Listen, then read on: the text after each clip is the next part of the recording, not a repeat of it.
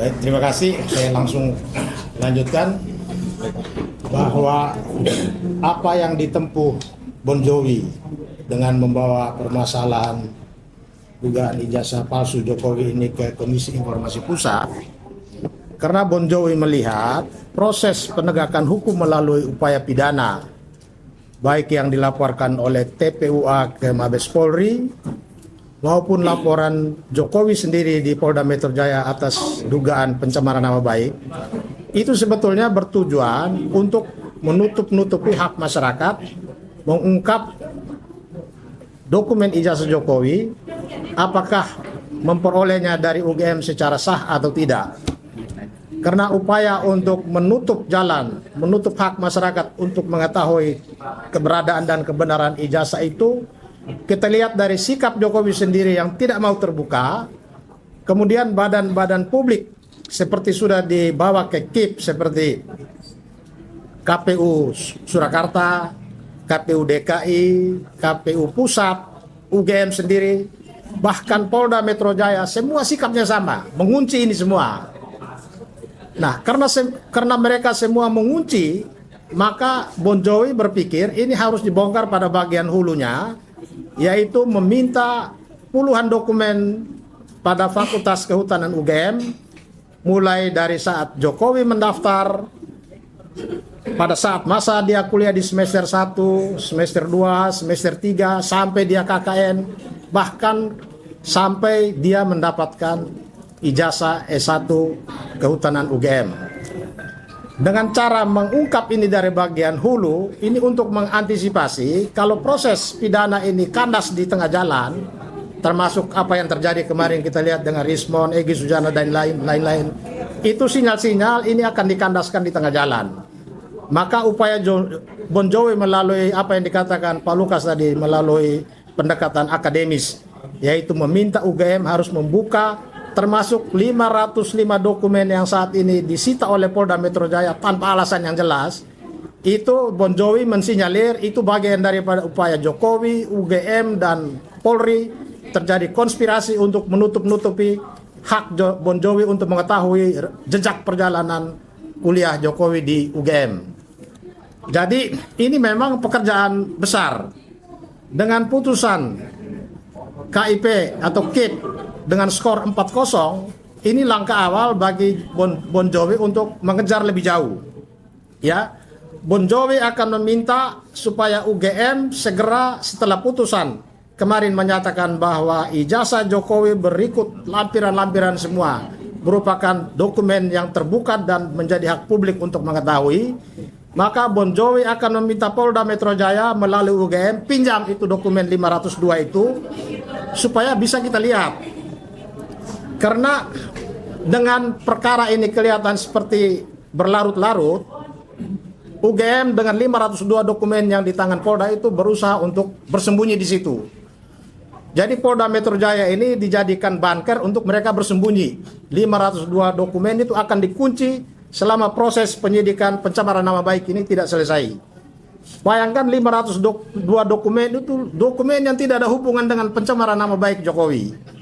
Penyidikan pencemaran nama baik Jokowi di Polda Metro Jaya itu kesannya seperti penyidikan tentang dugaan ijazah palsu. Kalau penyidikannya tentang dugaan ijazah palsu, maka 505 dokumen itu beralasan untuk disita. Dengan disitanya 505 dokumen itu berarti 505 dokumen ini posisinya sebagai alat untuk melakukan kejahatan. Entah pertanyaannya siapa yang melakukan kejahatan? Apakah Jokowi atau para tersangka? Jelas bukan para tersangka.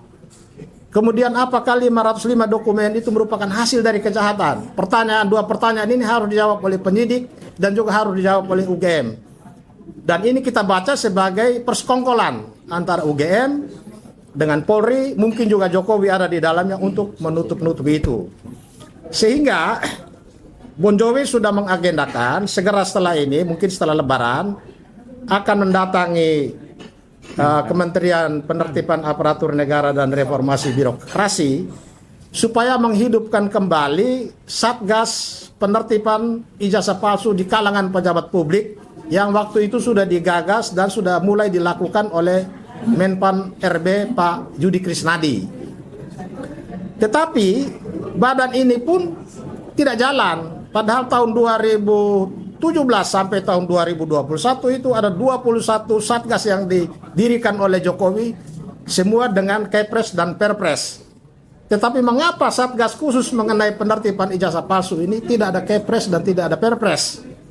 Ini juga menimbulkan kecurigaan bahwa lembaga ini tidak jalan hanya karena memang Jokowi sendiri tidak mau mendorong, tidak punya kemauan baik untuk mendorong lembaga ini jalan. Padahal persoalan ijazah palsu di kalangan pejabat publik di Indonesia pada tahun 2006 itu sebuah lembaga survei menemukan bahwa 60% pejabat publik, khusus terutama bagi yang mendapatkan jabatan melalui pilkada, melalui pemilu, itu berijazah palsu.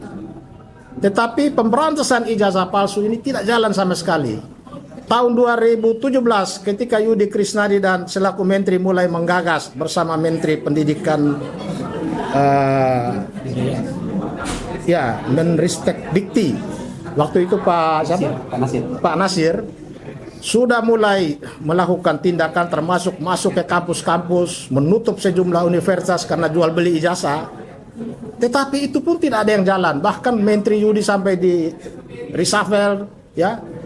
Proyek ini tidak jalan. Kita duga ini kaitannya dengan ketakutan dari petinggi-petinggi yang selama ini doyan menggunakan gelar tetapi ijazahnya tidak ada.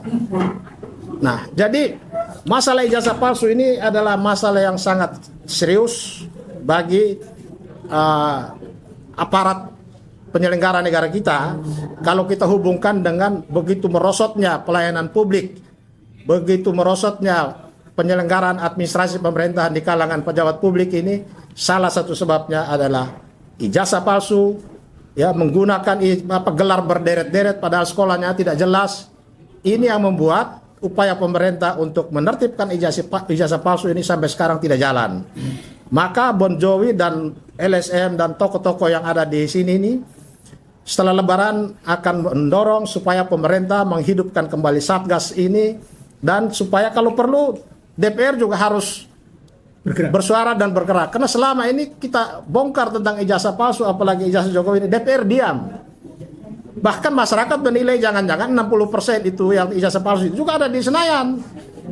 Nah, ini yang menjadi pekerjaan besar, ya. Kalau kita mau perbaiki penyelenggara negara kita ini, maka salah satu pekerjaan kita adalah selesaikan masalah ijazah. Dan partai politik ini kan adalah pintu pertama. Harusnya clear dulu di partai, kemudian clear di KPU, setelah itu clear di TPS.